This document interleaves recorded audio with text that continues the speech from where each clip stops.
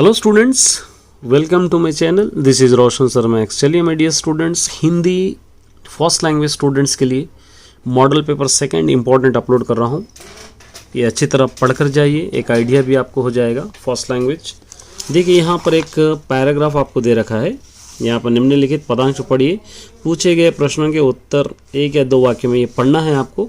यहाँ पर कुछ क्वेश्चंस दिए गए। देखिए, प्रस्तुत गद्यांश किस पाठ से लिया गया है, पत्र कहाँ से आया है, किसका तिथि निश्चित हो गई है, यहाँ पे हड़ताल किसने किया है, शादी के लिए नौरोबी से क्या क्या भेजा गया है, यहाँ पर आपको इसके अंदर से ढूंढकर आपको लिखना है। उसके बाद यहाँ पर देखिए, निम्नलिखित पदांश में से किसी एक का संदर्भ सहित आपको वाक्य लिखना है। मैं ढूंढता हूँ तुझे, ये आपको लिखना है। यहाँ पर आपको आंसर्स भी बाद में मैं अपलोड करूँगा, इसके तुरंत बाद यहाँ से आपको लिखना है। उसके बाद यहाँ से कुछ क्वेश्चंस दिए गए। देखिए, कवि के अनुसार वसंत ऋतु में प्रकृति में क्या क्या परिवर्तित होता है।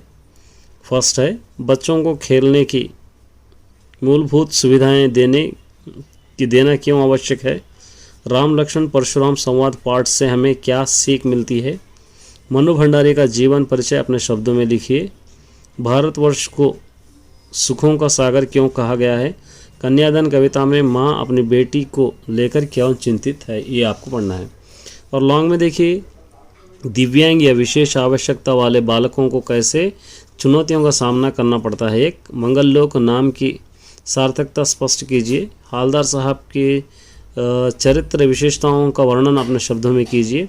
सुंदर भारत कविता के द्वारा कवि ने भारत की किन विशेषताओं का स्पष्ट किया है, अपने शब्दों में लिखिए। लेखक ने विंकोजी एंड सन्स कंपनी को पत्र क्यों लिखा, यहाँ पे। उसके बाद जो अज्जू के मन अपने पिता से मिलने की गहराई उत्कंठा क्यों थी, ये गहरी उत्कंठा क्यों थी, ये हो गया।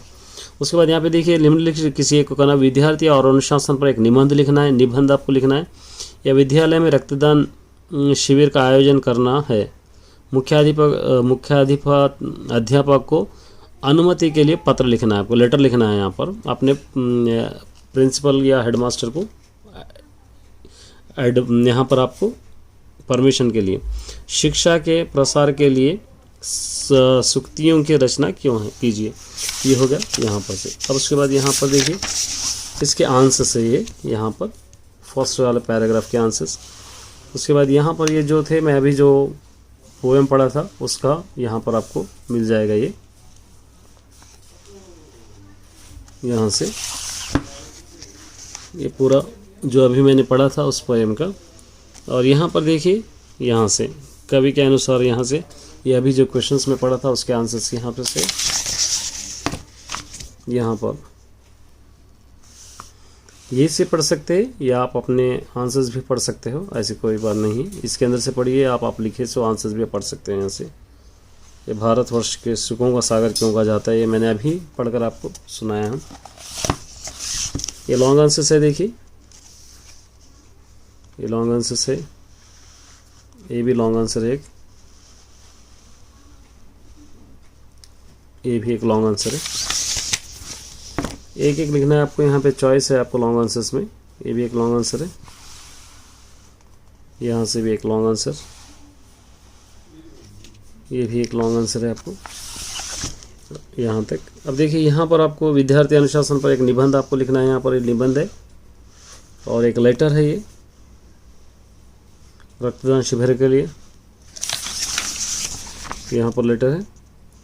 और यहाँ पे देखिए, शिक्षा के प्रसार के लिए संयुक्त रचनाएं कीजिए। यहाँ पर आपको नारे लिखना है। यहाँ पर ये था ये आंसर्स। तो ये था एक model paper. All the best.